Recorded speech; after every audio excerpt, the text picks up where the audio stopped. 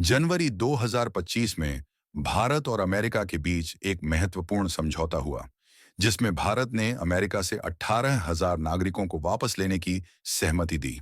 ये नागरिक वे हैं जो अमेरिका में अवैध रूप से रह रहे हैं या जिन्होंने अपनी वीजा अवधि समाप्त होने के बाद भी वहां रहना जारी रखा है। ये फैसला ऐसे समय में आया है जब अमेरिका में अप्रवासी नीति और सख्त हो गई है। ये घोषणा भारत और अमेरिका के बीच समग्र आप्रवासी नीति के संबंधों को दर्शाती है। पर सवाल यह उठता है कि इसके पीछे क्या रणनीति हो सकती है। अमेरिका की आव्रजन नीतियों में परिवर्तन ट्रंप प्रशासन के दौरान हुआ था। ट्रंप ने अप्रवासी नीति को सख्त करने का फैसला लिया, जिसके कारण लाखों अप्रवासी, जिनमें भारतीय नागरिक भी शामिल हैं, प्रभावित हुए। उनकी सख्त नीतियों के चलते विशेष रूप से कामकाजी वीजा धारकों को गंभीर समस्याओं का सामना करना पड़ा। भारत से अमेरिका में बड़ी संख्या में लोग कामकाजी वीजा पर आते हैं, लेकिन कई बार विशेष रूप से कामकाजी वीजा धारकों को गंभीर समस्याओं का सामना करना पड़ा। भारत से अमेरिका में बड़ी संख्या में लोग कामकाजी वीजा पर आते हैं, लेकिन कई बार वे अपनी वीजा अवधि समाप्त होने के बाद भी वहां बने रहते हैं, जिससे उन्हें अवैध प्रवासी माना जाता है। ऐसे नागरिकों को अब अमेरिका में रहना मुश्किल हो गया है और वे प्रत्यावर्तित होने के खतरे में हैं। भारत ने अमेरिका से यह समझौता किया है कि वह 18,000 नागरिकों को वापस लेगा जो अवैध रूप से अमेरिका में रह रहे हैं। यह समझौता अमेरिकी दबाव और दोनों देशों के बीच चल रहे कूटनीतिक वार्तालाप का परिणाम है।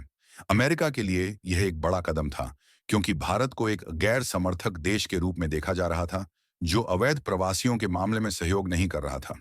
लेकिन भारत ने यह निर्णय क्यों लिया? क्या यह एक राजनैतिक चाल है या यह भविष्य के लिए एक रणनीति का हिस्सा है? इन सवालों के उत्तर को समझने के लिए हमें दोनों देशों के बीच के कूटनीतिक रिश्तों और भारतीय नागरिकों की स्थिति को समझना होगा। किसी भी देश में प्रवास के दो मुख्य रूप होते हैं, वैध और अवैध। वैध प्रवास वह होता है जब कोई व्यक्ति कानूनी रूप से वीजा, कार्य परमिट या किसी अन्य विधिक तरीके से किसी देश में प्रवेश करता है।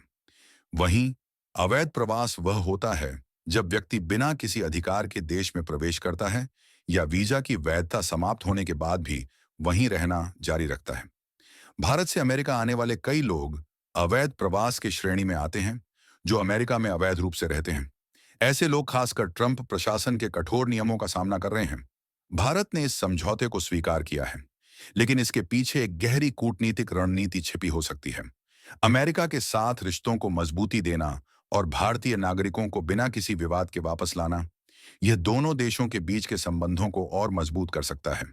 इसके अलावा भारतीय सरकार के लिए यह एक अवसर हो सकता है कि वह अपनी आव्रजन नीति को और सुदृढ़ करे और भविष्य में ऐसे मुद्दों को रोकने के लिए कदम उठाए। यह समझौता सिर्फ आव्रजन से जुड़ा नहीं है, यह भारत और अमेरिका के रिश्तों में एक नई दिशा की ओर इशारा कर रहा है।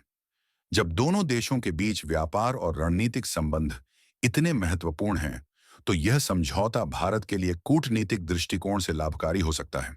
भारत और अमेरिका के बीच बढ़ते हुए व्यापार और रक्षा सहयोग को देखते हुए यह संभावना है कि भारत ने इस समझौते को एक व्यापक रणनीति के रूप में स्वीकार किया हो, ताकि भविष्य में और भी बड़े क्षेत्रों में सहयोग संभव हो सके। भारत से अमेरिका में जाने वाले नागरिकों की संख्या बहुत बड़ी है और इनमें से कई महत्वपूर्ण क्षेत्रों में काम कर रहे हैं, जैसे तकनीकी उद्योग, स्वास्थ्य सेवा और शिक्षा। हालांकि ट्रंप प्रशासन की सख्त आव्रजन नीतियों के कारण कई भारतीय नागरिकों को अब अपनी स्थिति पर विचार करना पड़ा है। यह केवल आंकड़ों की बात नहीं है, यह उन व्यक्तियों की जिंदगी की कहानी है जिनकी स्थिति अप्रत्याशित रूप से बदल रही है। यह देखना महत्वपूर्ण होगा कि इन 18,000 नागरिकों की वापसी के बाद भारतीय समुदाय में क्या प्रभाव पड़ेगा। कथावाचक आवाज में इस वीडियो में कई महत्वपूर्ण पहलुओं पर चर्चा की गई है, लेकिन कुछ बिंदु और भी विस्तार से समझने की जरूरत है। उदाहरण के लिए, भारत और अमेरिका के बीच भविष्य में आव्रजन नीति पर क्या सहमति हो सकती है? क्या यह समझौता भारतीय नागरिकों के लिए एक स्थायी समाधान साबित होगा या फिर यह केवल एक अस्थायी रणनीति है? इसके अलावा भारत को अपनी घरेलू आव्रजन नीति में सुधार करने की आवश्यकता हो सकती है, ताकि भविष्य में इस तरह के मुद्दों से बचा जा सके।